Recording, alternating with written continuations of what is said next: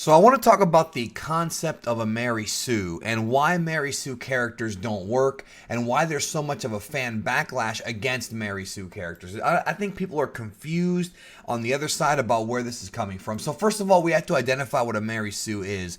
A Mary Sue essentially is a perfect fictional character. Now, this has been somewhat, I guess you can say, socially retconned because a lot of times these characters are not actually perfect, but what it is that they can do things that seem unrealistic or are performing better than normal. In other words, characters that do things that turn an audience off. And I'm going to really explain why it turns an audience off and what the issue is. But the first thing I want to get out of the way is the concept of a Mary Sue has nothing to do with gender, even though I think a lot of people think it does. The other version of Mary Sue is Gary Stu, which is the male version. So to me, one thing I don't like is when companies, specifically Disney, has done it like crazy lately when it came to The Last Jedi Backlash, that a lot of companies use the sexism, I guess you can say the sexism excuse to say that their fans are sexist because they don't like women strong characters. And that's been this narrative that they've been pushing down people's throats, not just with Last Jedi, but I think that's where it really got big, but really also with Captain Marvel. And there's other things going on where, you know, these movies that are coming out, they're all political, and it's really annoying to me because I just want to see a good movie. I don't care about politics in my movie, you know, when it came to like personal politics. But on the other side of the spectrum, I do agree that there should be representation, you know, of all genders. I agree with that as well. I believe in equality. Now, that being said, what I don't like is when these companies sit there and rather than actually look and see if they screwed up or not, which many of them don't seem to have the awareness to do so, which is more of a psychological thing than anything. It's all about ego. But I think what it is that they see one or two knuckleheads on Rotten Tomatoes write that, oh, this movie sucks, who wants a girl as the main character? And because they're somewhat cowardly and don't want to look in the mirror and say, yeah, we fucked up with Last Jedi, what they do is they blame the fans and they say the fans are sexist white men, which is not true because I'm not a white man. I'm of Hispanic heritage and I'm not sexist at all, you know, and I didn't like Last Jedi. My dislike of Last Jedi has nothing to do with Rey being a girl. In fact, what is really mind-numbingly stupid about these companies is that Force Awakens, even though it was criticized, was also praised more than criticized. Most fans loved Force Awakens, even the ones that hate Last Jedi, and I'm one of them. And that's purely because of the fact that I thought Force Awakens was a much better movie than Last Jedi. Last Jedi had a lot of problems that were actually set up in Force Awakens and never really gave you a payoff, and there's other things that were wrong with Last Jedi. But that being said, Force Awakens, I loved Force Awakens, and lots of people did, and we got all excited for Star Wars again, and guess what? If you didn't think that Rey was the absolute main character by the end of that movie, you weren't paying attention to that damn movie because Finn was promoted in the trailers kind of being the main character, and then, you know, people thought he was going to be the main character for a while because he's the first person that we see in that first trailer, but it wound up being Rey, which, you know, makes sense.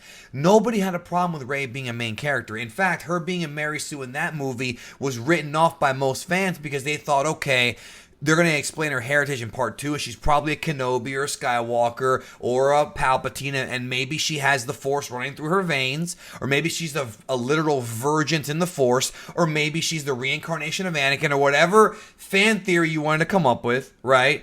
And what happens is it was none of that. It was just she was a nobody. And then when that happened, the Mary Sue effect really kicked in because Star Wars fans have been trained of having strong heritages, whether you like it or not. That's just how it is, and how lineage matters in the Star Wars universe. If your parents are strong, you're going to be strong with the Force as well. And you have a character who is incredibly strong, much more impressive than Luke Skywalker ever was, even though Luke did great things as well, not really struggling at all except for her own personal struggle, which isn't even shown that much, with the exception of that stupid waterfall scene or whatever in the cave in Last Jedi that many fans didn't even understand because it was too, you know, highbrow, thumb up, tea drinking, independent film type crap, which again, I like that kind of stuff, but not in Star Wars. To me, it just doesn't fit. That's not what Star Wars is about. And I'm using Star Wars for this video as an example because that's the most prevalent thing on my channel anyways, and that I cover. You know, and now we have the MCU with the whole Captain Marvel thing and Brie Larson's comments, which I might actually do another video on that because I want to talk about that. But what I wanted to say is the reason why Mary Sues don't work, or Gary Stews, the reason why characters that don't have that are too strong or whatever. OP don't always work, and sometimes they do work. It depends on the fan, because some fans do love OP characters.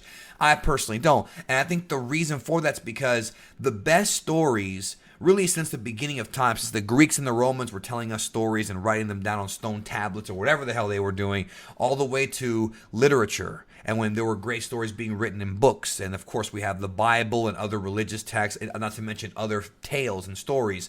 Then we have, novels being a thing. And then we have, after that, magazines. After that, obviously film, television. And now we have just crazy, video games are now telling these crazily woven stories, right?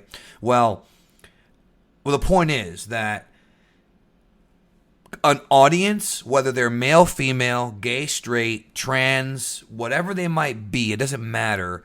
Audiences relate a lot more to a character having to struggle, and the more the character struggles, the more satisfying it is when the character finally ends up getting his way and finally ends up being victorious. That's just how great stories are told. It's point A to point B. The reason why The Empire Strikes Back is considered one of the best Star Wars movies, if not the best, by most of the fandom, is because that's the movie where they really develop the relationships of the characters and develop bonds that would be strong going forward for not just episode 6, but the remaining, the whole saga, the books, the sequel trilogy. And that is, of course, Luke and Yoda. And the bond between Luke and Yoda, I don't think people understand how important that is for Star Wars, for the prequels. Because if Luke Skywalker did not bond with Yoda, because Luke is us, we are in Luke's shoes because he's the main character, right? We're seeing things through his perspective.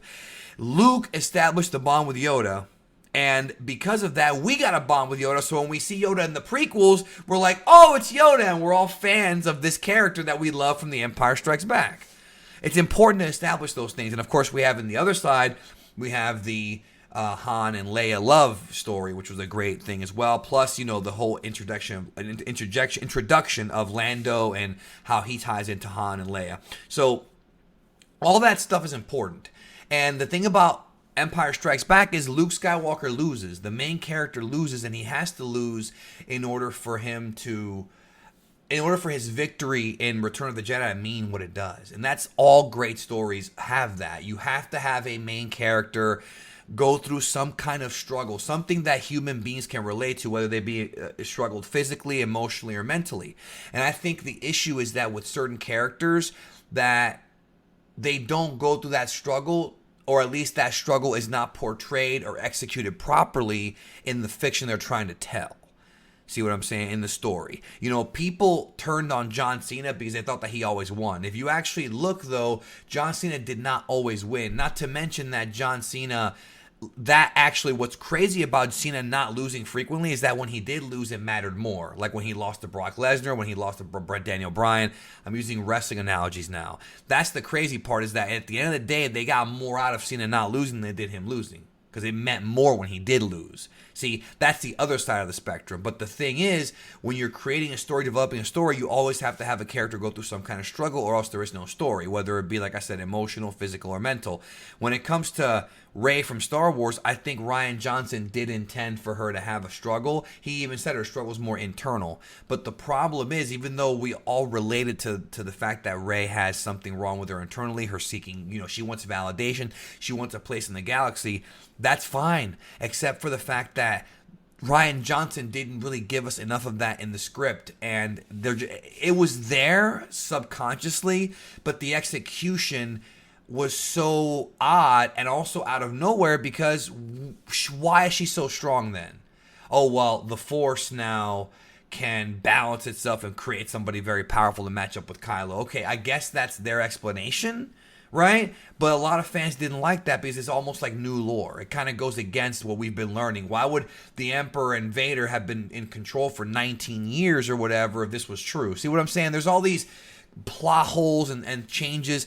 That's a different story. The point is that the reason why Mary Sue's don't work is because nobody likes. And again, it also goes back to a lot of my friends. When I was younger, we would read Marvel and DC, and a lot of people didn't like Superman. Now, I like Superman movies and a few of the comics, but Superman to me was not interesting because this perception. Of course, now that I'm older, I appreciate those stories more, and I understand the allegory behind DC.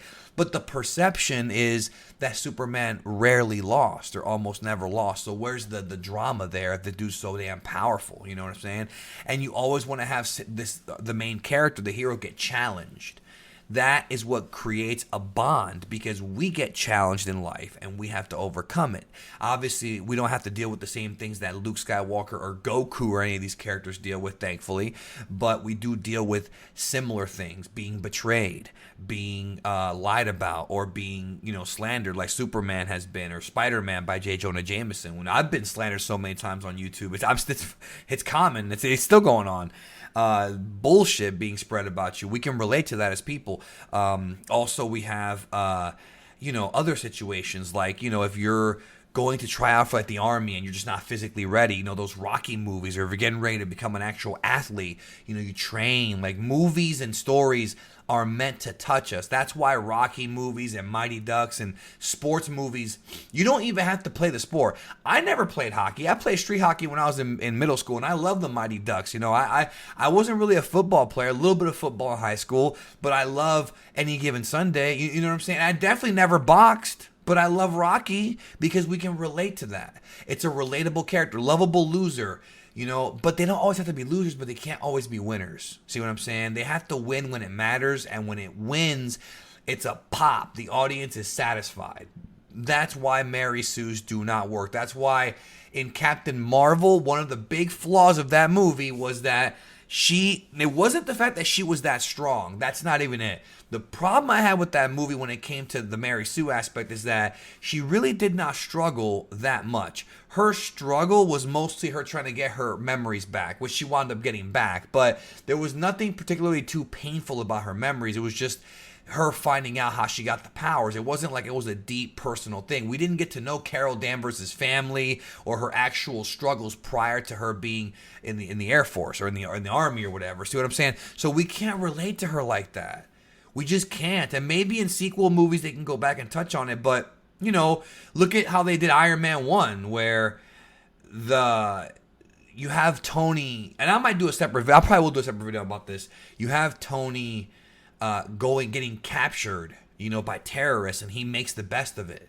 Sometimes you have to make the best of it, and that's, again, those are human stories that we can relate to. And I think they try to do it with Rey, but the execution was just bad. So Mary Sue's are bad. Here's the reason why. It has nothing to do with gender. I mean, I'm sure there's a couple of knuckleheads out there who think that, but no, it has nothing to do with that. It's entirely because people don't like overpowered characters that don't have to struggle. Struggle is what builds character. So let me know what you think. Thanks for watching.